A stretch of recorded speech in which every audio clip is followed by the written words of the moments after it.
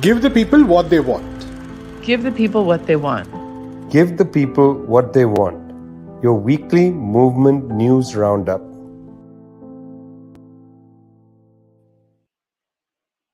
You're with Give the People What They Want, coming to you from People's Dispatch. That's Zoe and Prashad. Don't forget, People's Dispatch is now 5 years old, running around all over the place, it seems. I'm Vijay from Globetrotter. This is the 136th show of Give the People What They Want.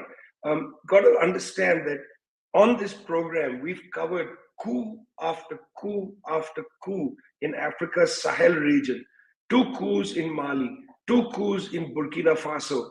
Troops seem to take power in order to do something to the French, Prashant, and then suddenly, of all things, the country with the largest drone base in the world, US drone base, suddenly coup in Niger.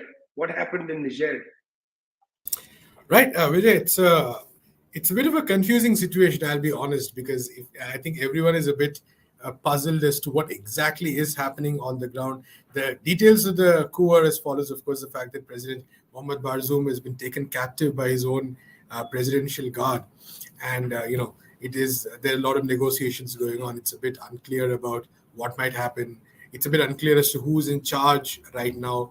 For instance, while the coup itself was initiated by a particular unit, the fact remains that the army chief has apparently now said that he supports the coup in order to avoid any bloodshed. And, so it's a bit unclear about what the agenda of the soldiers in this case are. They've talked about misgovernance, they talked about their unhappiness with all that. So it remains to be seen. Interesting developments on the ground. There have been people, raising anti-France slogans. There have been people waving Russian flags, apparently. And, so whether this means, this is a build-up to something, it's a bit unclear.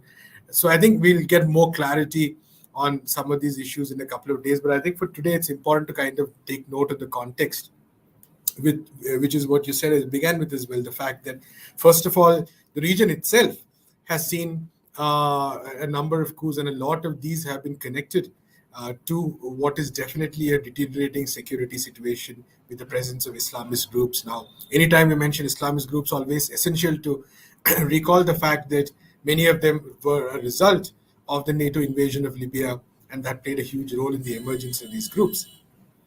But that aside, after that, especially since 2013, France has presented itself as some kind of a savior for these countries. French soldiers were deployed in many of these countries, and that does not seem to have really helped at all, or it seemed to in some cases even worsen the situation, which is what over the past many years led to a kind of upsurge, both at the level of military units which are unhappy about it, and at the mass level, which is very important, I think, to note, which is why we keep highlighting that point. And there's been this huge rise in anti-French sentiment across the whole region. So you saw, for instance, Mali, not only was there a coup, they demanded that the French soldiers be moved out. And after that, they in fact initiated a constitutional process, which among other things is taken away the status of French as national language as well. So, there's definitely a process that is underway in Mali. So the question often in many of these cases, we were talking earlier to Kambale Musawali, an analyst from the region, who was making the same point, that in many of these cases, the question really is that, what do these soldiers do once they take power? So is there a process, is there an agenda that they're driving, which seems to be the case in Mali? But maybe in some other countries is a bit more unclear, or still being mediated or in the process, so to speak. Now, amidst all this, Niger was a source of hope for the countries in the West, because like you said, the French soldiers left Mali, moved to Niger. You have the Agadez Air Base, which is the biggest drone base in the world, which is a US base. So Niger was really the center point of the current Western strategy in the region, the French and US strategy in the region. And Mohamed Bazoum was seen as a very crucial ally of the Western countries in this agenda. So now the fact that he's been now, as Kambale once again pointed out, it's not unclear what might happen, but it's very difficult to see a president regaining legitimacy after he has been held captive for many hours by a military unit. So we don't know what's going to happen, but definitely this throws a lot of the French and US plans are definitely going to be in a tizzy. I presume that many of these, in both these capitals, there's going to be quite a bit of consternation. But regardless of what per se happens in Niger, I think the larger trend, which is a complete rejection of French intervention in the region, and the people increasingly becoming assertive and pushing back not only against military hegemony but also the financial aspect of it. For instance, what used to be the role of the CFA franc, or the kind of association the French government has with the budgets of these countries. So these are all aspects of the pushback that has been seen in many of these countries. Now, whether they can create a different model, for instance, Mali and Burkina Faso, I believe, recently had discussions about closer ties between their governments. Whether this leads to something remains to be seen, but definitely a very important moment. And I think in the coming days, we'll have some more details which direction this operation seems to be taking. Niger is in the Sahel region of Africa, bordering a country like Mali, important, very large country, just south of Libya. It's a large transshipment point for migrants going from West Africa and Central Africa up into Libya to cross the Mediterranean Sea. Now, I was reading a report just when I heard the news of the coup in Mali. Just want to repeat a sentence from the report in order to give you a sense of the story that I'm going to talk about. The report said that 11.5 million euros allocated to Niger from the European Union for the provision of surveillance drones, surveillance cameras, surveillance software, a wiretapping center, and an international mobile subscriber identity catcher, an intrusive piece of technology that can be used to locate and track mobile phones by simulating to be a mobile phone tower. Now, of course, this is about the government that has been overthrown. It had received 11.5 million euros to basically build an intense surveillance, not only of the Niger population, but of migrants moving northward. Well, why was the European Union providing this kind of money to develop artificial intelligence and various other surveillance technologies in the Sahel? Well, the section I read out for you is from a rather oddly titled report from Euromed Rights. The report is called Artificial Intelligence, the New Frontier of the European Union's Border Externalization Strategy. Charming title. Well, what they show is that the European Union, using odd types of grant mechanisms, such as the European Union Emergency Trust Fund for Africa, sounds quite benign, or the Neighborhood Development and International Cooperation Instrument sounds even more benign. You've got the Trust Fund, you've got Neighborhood Development and International Cooperation. Well, these are vehicles for the European Union to fund countries, not only in the Sahel, that's Niger, but also in West Africa, Nigeria, also in Northern Africa, Algeria, Egypt, Libya, Tunisia have received funding through these vehicles. The idea here, and this is what caught the eye of European human rights activists and so on, the idea here is that Europe is essentially real-life testing artificial intelligence surveillance software in the northern part of Africa, software which is actually not allowed to be used inside Europe on privacy grounds. So Privacy International also pointed out that this is all happening in the northern part of Africa. Now, what are they doing this for? Well, they're doing surveillance largely to track migrants. This is part of the migrant interdiction system that the European Union has established in Northern Africa. For a long time, I've made the argument that Europe's southern border doesn't start north of the Mediterranean. In fact, Europe has exported its border into the Sahel region. And that's part of the reason, Prasanth, why there's this dissatisfaction in countries like Burkina Faso, Mali, Niger, and so on, inclusive in Algeria, inclusive to some extent in Egypt. There's a kind of dissatisfaction, but largely it's the Sahel countries and in Algeria. A great sense of wrongdoing in these countries because the Europeans essentially are trying to prevent images of migrants coming up dead in the Mediterranean. They don't, in fact, mind if they die in the Sahara. where the International Organization of Migration told me 2 years ago that perhaps more people die in the Sahara than die in the Mediterranean. It's okay for people in Africa to be surveilled, this kind of surveillance illegal in Europe, as long as it's done there. For what purpose? To prevent migrants from coming into Europe. Very interesting development. We've got to follow this more closely. The resentments in the central part of the Sahel about the French, also about the way in which Europe has exported its ill technologies to basically take away the civil rights and human rights of the population in these very countries. Now, talking about the civil rights and the human rights, Zoe, Marielle Franco, a popular legislator, shot to death. Who killed Marielle Franco? The sentence on everybody's lips in Brazil. Well, the murder of Marielle Franco, which took place on March 14, 2018, really shook the people of Brazil at the moment. It was just before, months before Jair Bolsonaro won the elections. It was really kind of this symbol of the rising right-wing violence and rising right-wing politics in the country. A very, very clear expression of anti-Black sentiments, anti-Black violence that is also extremely prevalent in Brazil. The response of this, the assassination of Marielle, who, as you said, was a councilwoman in the city of Rio de Janeiro, who came from the favelas, was fighting against gun violence, fighting against the domination of organized crime in her neighborhood, fighting against police violence in her neighborhood. Her assassination shook the people. Massive protests were carried out.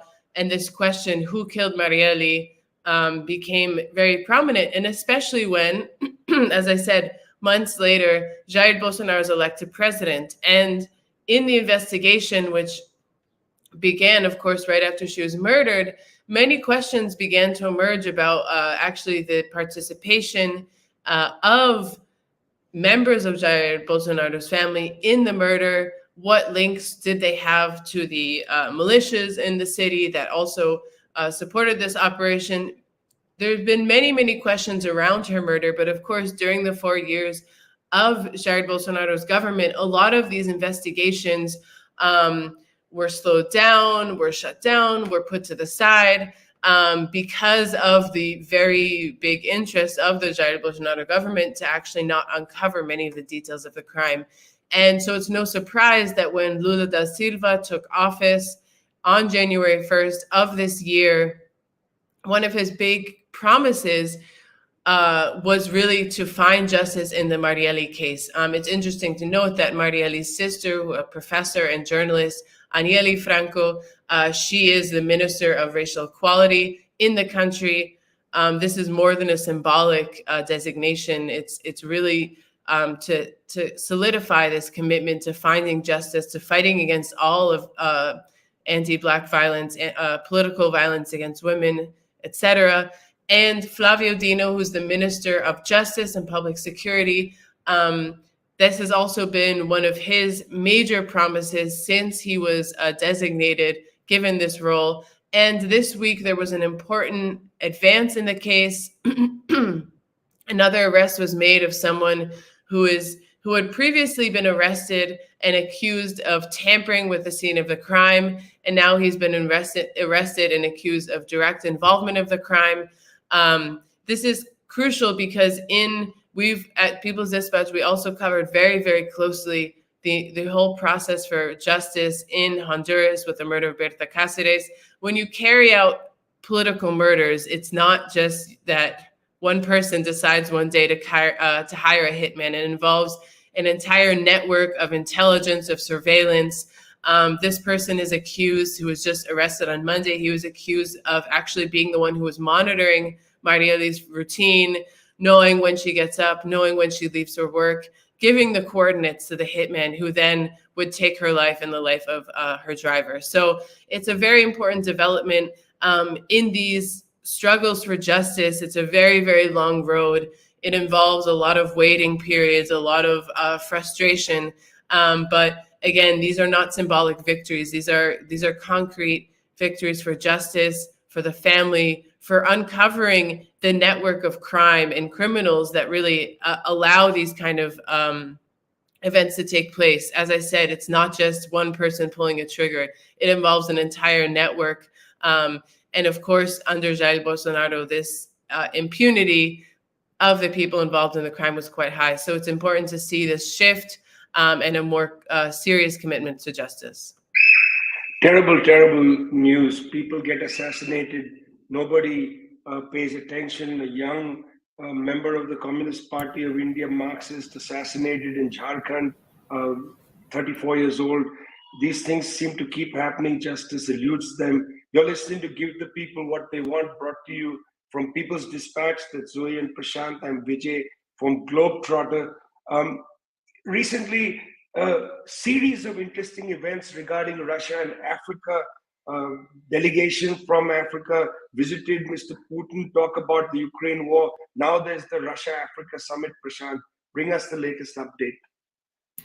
Right. So I think the two need to be seen in continuation. Also, an interesting moment in multiple ways for the relations between Russia and countries on the African continent. And a lot of it is in the background of the discussion on the grain deal, which Russia walked out of recently. Now, Russia did have a point, which is that, despite the fact that the grain deal was touted as something that would provide grain once again to poorer countries, the fact that poorer countries in Africa actually received very, very little of that grain, and most of it went to middle and high-income countries.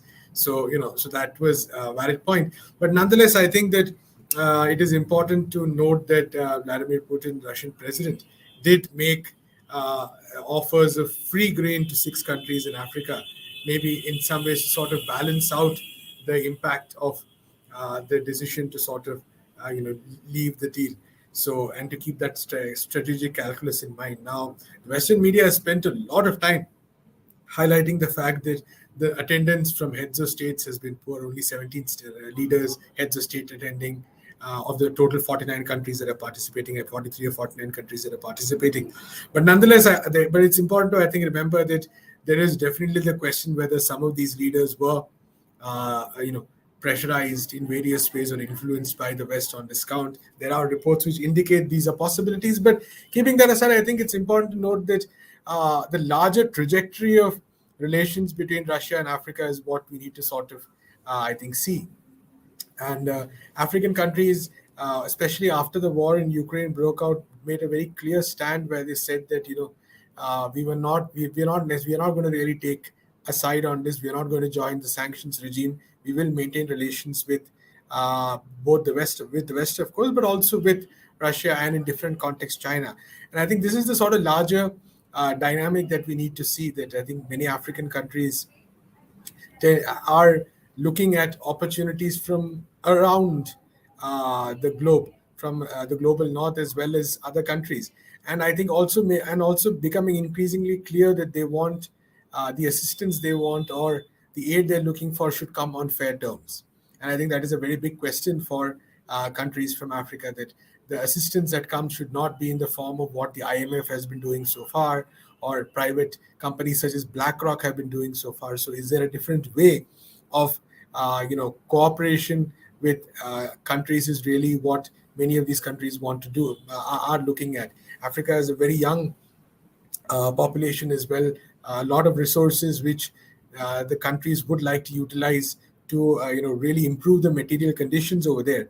And I think they're looking for partnerships which enable them to do so, whether it be in various ways. So I think this is a larger trajectory in which we need to sort of look at the summit, as opposed to a lot of reporting which is really focused on personal relations and, is this a victory for Putin or a defeat for Putin perspective on the summit, which I think is a bit reductive at this point of time, because these are larger processes in history.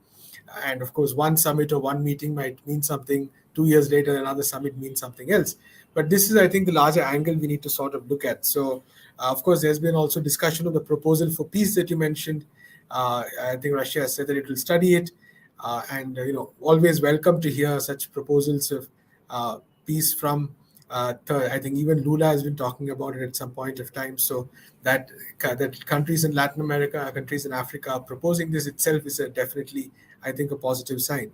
But I think waiting for the final statements. Of course, it'll be interesting to see what has been agreed on. But definitely, interesting moment amid all this. Amid the coverage of the war, amid the discussions on the war, the millions that are being given to Ukraine, billions rather. This is a very different kind of dynamic that is taking place. It's a different dynamic. It's important that we keep covering it. Very wide range of people at this Russia-Africa summit. Prasanth, I very much wonder what the conversation was at this summit on the coup in Niger. Of course, we'll dig and prod and find out soon enough what they've been talking about, but not much reported about their statements or their views. Well, let's get back to the class struggle. On Give the People What They Want, we're frequently looking at the status of the class struggle. Looks like in the United States, the needle for a moment, for a fleeting second, is turned towards the workers. UPS, the Teamsters, what's happening, Zoe? Well, the UPS workers organized in Teamsters won a historic contract this week. They have been at the bargaining table with UPS for the past several months. It's been a very, very intense negotiation. The International Brotherhood of Teamsters is one of the largest unions in the United States, and the 340,000 UPS workers with Teamsters is one of the largest single workplace contracts that was up for bargaining in this moment.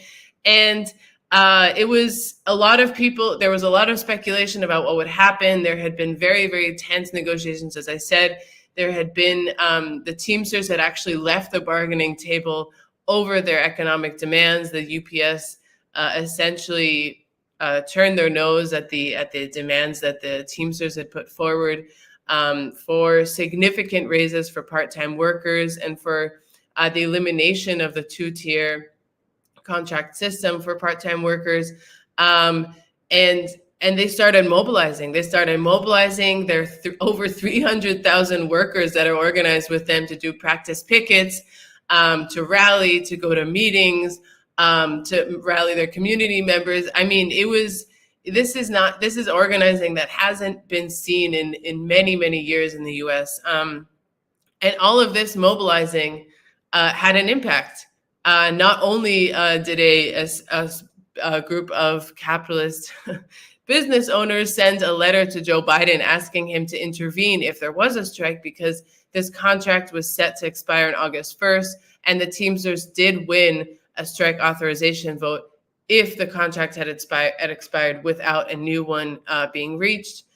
There was a letter sent to Joe Biden telling him to once again intervene in a workers' strike, this one being the UPS Teamsters. He had previously intervened in the railroad workers' strike because such strikes of so many workers in these key sectors of logistics, of railroad transportation, really strikes at the heart of US capitalism. And of course, the capitalist class cannot have this. And because of all of this mobilizing, because of the immense pressure being felt by the UPS, they caved to many of the demands set forth by the Teamsters, and they won this contract. And it's a lot of people were maybe excited for what would be, again, the largest, one of the largest strikes in recent history. But also, it's important to remember that winning these demands for the working class in such conditions that we're in today is also extremely, extremely important, extremely impressive. This is a moment where Hollywood companies want to just completely capture workers' entire essences and then use them without paying them ever again. I mean, this is a moment where all of people are facing threats to their stability, where full-time jobs are more and more out of reach for most workers, where benefits are being cut. And so I think the fact that the Teamsters were able to win not only higher wages for part-time workers, winning over 30,000 slots for part-time workers to become full-time workers. They won air conditioning in their vans, where workers had previously actually died because of overheating, of not having air conditioning in their vans. And the fact that they were able to capture the attention of the nation and say, we're going to fight for workers, we're going to fight for safe jobs, for good wages, is also sending a very, very important message in this current battle of ideas, that actually workers can stand up to their employers, they can demand what's theirs, and actually it's not asking too much to have benefits and to have a stable job. And so I think really the tide is turning right now in the United States. Natalia Marquez of People's Dispatch has been covering a lot of these labor updates very, very closely. Writers in Hollywood are on strike, actors in Hollywood are on strike. Suddenly it's becoming very, very interesting and very, very cool to actually fight for exactly what we're owed, which is dignified conditions, which is rights, which is benefits, and the possibility to actually live and not just survive. To live and not just survive. You know, one of the growth areas in the world has been the so-called gig economy. Of course, this gig economy, studies show, is much larger in developed countries than developing countries, although I must say, I have my doubts about those statistics, because since this is on-demand labor and not regulated labor, it's very hard to calculate the number of people involved in the gig economy. For instance, in countries like India, Zomato, Swiggy, things like that. I mean, who knows how many delivery people there are actually, because these are people who are effectively hired on demand through a platform. And when they're not working, they're not being paid. Very hard to calculate the numbers of people, which is why I've often felt that the statistics are deeply misleading. I think the gig economy is growing massively in the developing world. In Brazil, this was an issue in Mr. Lula's presidential campaign, where he raised the question of the gig economy. In fact, he has asked his various ministries to look into this, pressure upon his government from the sentinels of the gig economy, including Uber. Uber withdrew Uber Eats from Brazil. Front line of this seems to not be, in fact, in the developing world, countries where labor regulation anyway is extremely weak. In India, for instance, every once in a while the question is raised, but not much is done.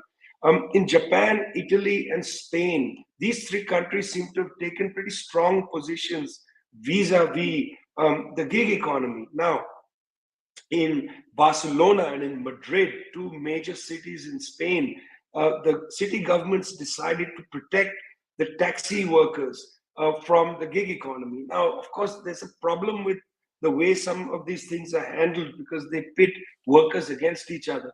But anyway, the point was to not allow the gig drivers in Uber, Bolt, Cabify, things like that, to basically overrun the taxi industry. Well, it's interesting.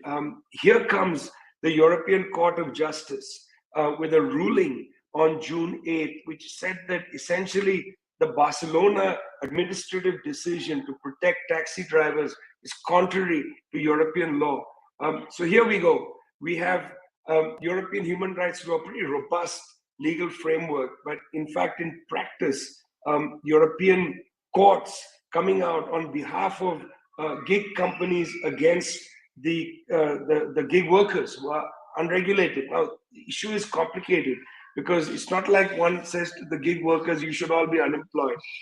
Is there a way to regulate this economy? These are the questions on top of the table, unanswered by the dispute in Europe.